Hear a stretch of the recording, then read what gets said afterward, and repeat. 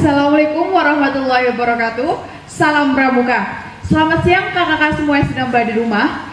Kegiatan sosialisasi Dewan Kerja Ranting Banyumas kali ini dilaksanakan secara online karena adanya pandemi COVID-19 di bumi ini. Di sini saya sedang bersama Kak Fajar selaku Ketua Dewan Kerja Ranting Banyumas dan Kak Laksita sebagai Wakil Ketua Dewan Kerja Ranting Banyumas. Halo kakak-kakak, bagaimana nih kabar kakak-kakak? Oke, kalau kabar saya pribadi, alhamdulillah baik. Kalau untuk kabar saya sendiri, alhamdulillah baik. Kalau boleh tahu nih, Kak Fajar dan Kak Laksita kesini naik apa kak? Kalau untuk saya tadi ada sopir pribadi yang selalu ngantar ini. Kalau untuk Kak Fajar sendiri? Kalau saya pribadi mau jawaban jujur atau enggak? Boleh jujur dulu dong kak. Oh jujur dulu, berarti nanti bohongnya iya? Boleh kak. Oh gitu. Kalau jujurnya tadi saya kesini naik sepeda motor gitu. Kalau bohongnya? Kalau bohongnya ya nggak boleh bohong karena itu dosa gitu. Oke kak. Bagaimana nih kegiatan apa saja yang kakak-kakak sedang lakukan di adanya COVID-19 ini kak? Kalau saya? Iya boleh kak. Oh, oke. Kalau saya pribadi, kebetulan saya sudah lulus. Jadi kegiatan harian saya itu bekerja karena saya masih karyawan. Terus juga mungkin Kak Laksita sendiri mungkin mau dijawab. Kalau untuk saya sendiri kan masih pelajar ya, masih sekolah, jadinya ya ada rasa bosan tersendiri di rumah yang biasanya dari pagi itu udah memulai kegiatan, berangkat sekolah, ini itu dan kegiatan di sekolah. Saat ini apa-apa dibatasi, ya jadi ya bosan juga. Kalau boleh tahu nih untuk Kak Laksita sendiri, kegiatan belajar mengajar seperti apa kak yang sedang kakak lakukan? Untuk kegiatan belajar mengajar sekarang itu dilakukan secara daring ya. Pastinya ya semua sekolah juga melakukan seperti itu karena belum dibolehkannya sekolah, jadi masih daring dari rumah. Oke kak. Langsung saja kita masuk ke sosialisasi Dewan Kerja Ranting Banyumas. Kalau boleh tahu nih kak, untuk Kak Fajar, apa sih itu kak Dewan Kerja Ranting Banyumas sendiri? Oke. Kalau Dewan Kerja Ranting Banyumas itu kan langsung ke khususnya ya, ke Dewan Kerja Ranting.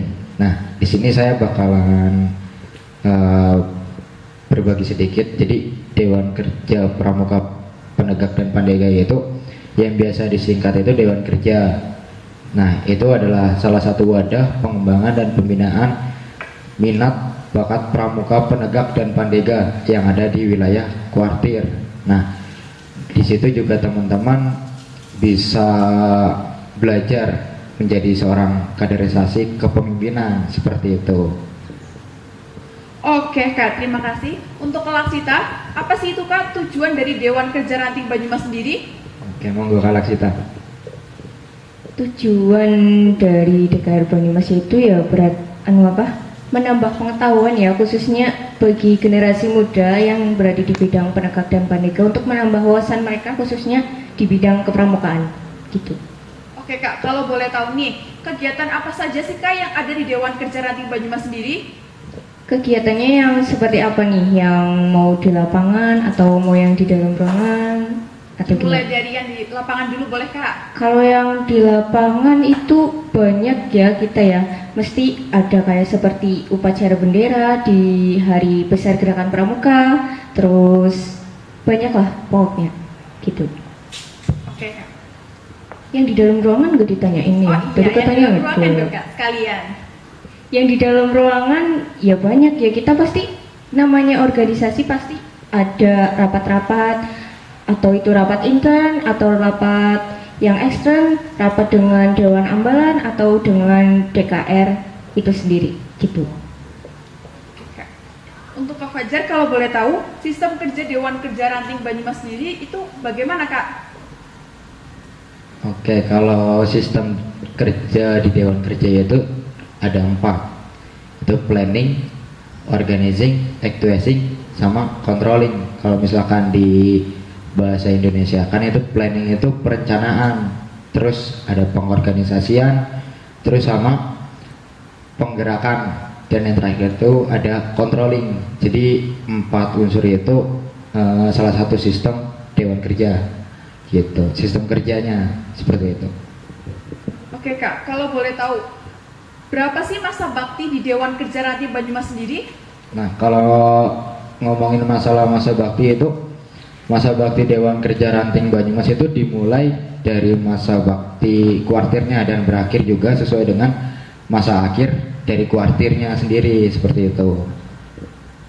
Boleh nggak sih Kak, semisal tuh sudah menjadi Dewan Kerja di tahun sebelumnya dan tahun yang akan datang ikut juga ke Dewan Kerja tersebut? Boleh, saya nggak ada yang ngelarang juga. Gitu kalau misalkan mau setahun, 2 tahun, 3 tahun, boleh selagi yang bersangkutan itu masih mampu di Dewan Kerja, seperti itu. Oke Kak, terima kasih. Untuk kelak Sita, bagaimana sih struktur organisasi di Dewan Kerja Ranting Banyumas? Untuk struktur yang ada di DKR Banyumas, pastinya semua organisasi ada ya strukturnya. Itu ada dimulai dari ketua, wakil ketua, bendahara, sekretaris, dan ada bidang-bidangnya juga. Itu kami ada bidang kajian pramukaan, bidang evaluasi dan penelitian, ada bidang pengembangan dan penelitian. Kalau boleh tahu nih Kak, berapa sih jumlah setiap bidang-bidang tersebut? Untuk jumlahnya itu nggak harus segini-segini gitu, nggak ya. Itu yang pastinya kalau di DKR itu jumlahnya harus ganjil, seperti itu. Biasanya nih Kak, kan Dewan Kerja mempunyai unit. Unit apa saja yang terdapat di Dewan Kerja Ranting Banyumas sendiri Kak? Untuk unit yang ada di DKR Banyumas itu ada 3 unit. Yang pertama itu ada unit PTM atau panjangnya itu Pasukan Tunas Muda dan Manggala Yuda atau yang disingkat dengan MADA, dan ada unit jurnalistik. Apa sih Kak tugasnya dari PTM itu sendiri? Kalau dari tugas PTM itu, tugas utamanya itu mengibarkan dan menurunkan bendera pada saat upacara Hari Besar Gerakan Pramuka. Kalau dari Manggala Yuda tersebut? Kalau dari Manggala Yuda itu unitnya itu khusus di bidang kaderisasi di lapangan gitu. Dan kalau boleh tahu jurnalistik itu apa saja Kak? Kalau unit jurnalistik ya pastinya tentunya di bidang kejurnalistikan. Oke, biasanya itu ada berapa orang Kak setiap di unit-unit tersebut Kak? Untuk beberapa orangnya itu tergantung kebutuhan ya, tergantung dari yang minatnya itu berapa, kemudian diseleksinya berapa. Dan mungkin Kak Fajar mau menambahkan? Nah, tadi kan jumlahnya ya, kalau misalkan jumlahnya tuh tadi seperti dibilang Kak Laksita itu sesuai dengan kebutuhan. Kayak Pasukan Tunas Muda itu kita butuh pemimpin, butuhkan pasukan pengibar dan lain-lain, itu dibutuhkan personel yang cukup banyak. Nah, tadi sedikit menambahkan untuk tugas dari seorang jurnalis itu tadi kan udah disinggung sedikit tentang kejurnalistikan. Jadi maksud tujuannya dibentuk unit jurnalistik di DKR Banyumas itu atau di Kuartir Ranting Banyumas itu karena kan di Dewan Kerja Ranting Banyumas itu banyak kegiatan, otomatis dokumentasi, terus berita, laporan dan lain-lain itu sangat penting, karena tanpa adanya dokumentasi, berita, dan sosial media dan lain-lain, nggak mungkin dong masyarakat banyak itu tahu tentang kegiatan yang ada di Dewan Kerja Ranting Banyumas. Karena maka dari itu dibentuklah unit jurnalistik supaya kegiatan yang ada di Kuartir Ranting Banyumas itu terekspos sampai ke masyarakat banyak gitu, nggak hanya di lingkungan Kuartir Ranting Banyumas, bisa sampai ke Kuartir Ranting yang lainnya gitu. Oke Kak, biasanya kan kalau masuk unit-unitnya gitu ada seleksi. Kalau boleh tahu nih Kak, seleksi apa saja sih Kak yang ada di unit-unit tersebut? Nah, kalau seleksi PTM kan itu Pasukan Tunas Muda lebih ke fisik sebenarnya, dan pengetahuan juga cukup. Jadi kayak seleksi Pasukan Tunas Muda itu otomatis kayak peraturan baris berbarisnya itu juga harus dicek juga, terus fisiknya juga, karena latihan itu kurang lebih 2 minggu sampai 3 minggu sebelum hari H untuk pengibaran di tanggal 14 Agustus biasanya, seperti itu. Nah, kalau misalkan jurnalistik itu juga sama. Jadi seleksinya lebih ke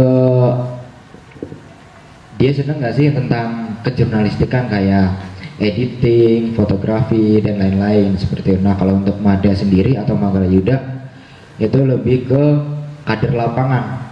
Jadi kan kita sering nih bawa barang-barang banyak dan lain-lain, dan di lapangan juga butuh orang. Nah itu salah satu dibentuknya Manggala Yuda seperti itu. Jadi untuk sebagai kader lapangan untuk membantu Dewan Kerja Ranting Banyumas juga seperti itu.